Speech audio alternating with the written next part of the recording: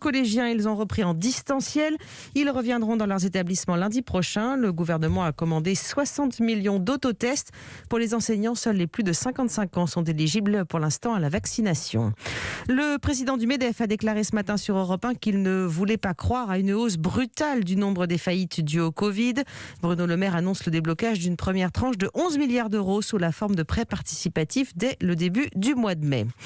Alors qu'en France, on le disait, la promesse d'une réouverture des cafés, restaurants et autres commerces fait toujours débat sur la date. On parle de la mi-mai, mais sans certitude. Eh bien, en Italie, le pays entame son déconfinement et dans la péninsule, les lieux de convivialité et de culture ont rouvert ce matin, Jean-Sébastien Soldaini. C'est un semblant de normalité que retrouvent nos voisins. Les 3/4 du pays s'affichent en jaune sur la carte.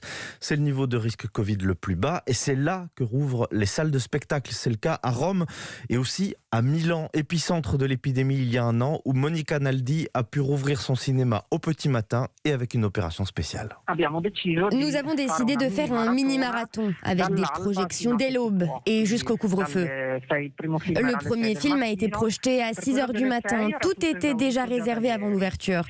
Et nous terminerons la journée vers 21h30. Nous sommes tous assez émus, surtout de voir que les spectateurs sont nombreux dans une ambiance très chaleureuse. C'est le journal intime de Nanni Moretti qui a ouvert le bal. Alors, il y a encore quelques mesures à observer. Distance entre spectateurs, prise de température, inscription sur un registre pour pouvoir tracer les cas contacts si besoin. C'est un risque calculé, affirme Mario Draghi et son gouvernement qui ont agi sous la pression des présidents de région.